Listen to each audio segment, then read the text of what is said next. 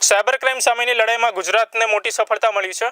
Bhavnagar cyber centre of એક્સેલન્સની ટીમે એક mega operation હાથ ધરીને 710 કરોડ રૂપિયાનું મોટું ફ્રોડ આચરતી આખી ગેંગનો પર્દાફાશ કર્યો હતો।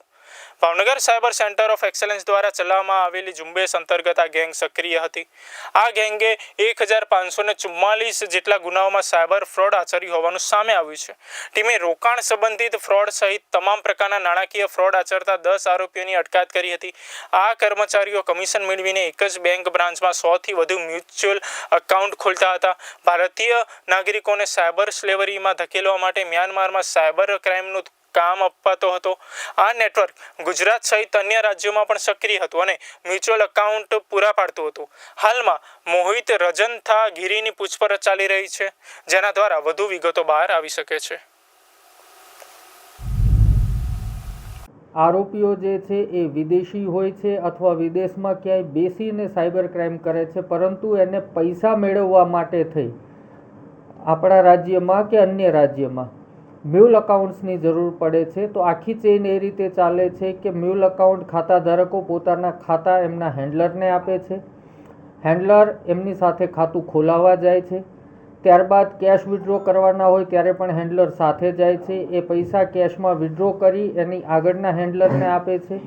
આગળનો હેન્ડલર પોતાના દુબઈ બેઠેલા બોસને પૂછે છે કે આ પૈસા ક્યાં મોકલવાના છે, ક્યાં USDT વોલેટમાં મોકલવાના છે।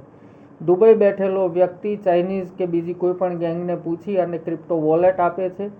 ત્યારબાદ અહીંયા USDTનું કામ કરનાર વ્યક્તિ પોતાનું કમિશન લઈ આ પૈસા વોલેટમાં ટ્રાન્સફર કરે છે। આમ 4 થી 8% કમિશન મેળવવાની લાલચમાં 4 થી 5 સ્તરમાં આ ક્રાઇમ અહીંથી આચરવામાં આવે છે અને જે પૈસા મોટાભાગે વિદેશીઓના હાથમાં જતા હોય છે। તો આ ગુનામાં અલ્પેશ મકવાણા ભાવનગરનો વતની છે, એ હેન્ડલર તરીકે કામ કરતો હતો અને ખાતા પણ પૂરા પાડતો। મહેન્દ્ર મકવાણા સેમ ભૂમિકા છે, ભાવનગરનો છે। અબુબકર અલી શેખ અને પાર્થ ઉપાધ્યાય બંને ઇન્ડસઇન્ડ બેંકના કર્મચારીઓ છે, જેમણે ખાતા ખોલાવવામાં મદદ કરી હતી। આ ઉપરાંત જ્યારે પણ આ લોકોને કેશ વિડ્રો કરવાના હોય ત્યારે કેશ ક્રંચ હોય તો બેંકની સાથે સાંઠગાંઠ કરી પોતાને કેશ મળી રહે તાત્કાલિક એ પ્રકાર મેળવવા માટે થઈ 750 રૂપિયા લાખ રૂપિયા પર કમિશન આપતા હોય છે આ લોકો।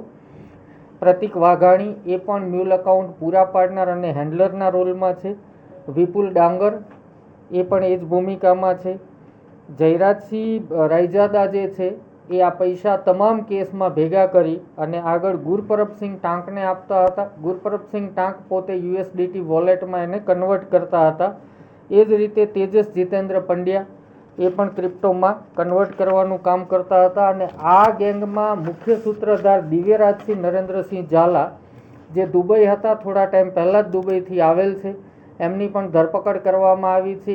એ વ્યક્તિ છે જે ચાઇનીઝ બોસીસ પાસેથી વોલેટ લઈ અને અહીંયા પૂરા પાડતો હતો ને એ પ્રમાણે પૈસા ટ્રાન્સફર થતા હતા, જેમાં એનું પણ પોતાનું કમિશન રહેતું। આમ આ આખી ગેંગ આ રીતે કાર્યરત હતી। 14 જેટલા મોબાઈલ રિકવર કરવામાં આવ્યા છે અને આશરે આરોપીઓ પાસેથી 30 થી વધુ ક્રિપ્ટો વોલેટ મેળવવામાં સાયબર સેન્ટર ઓફ એક્સેલન્સની ટીમને સફળતા મળેલી છે।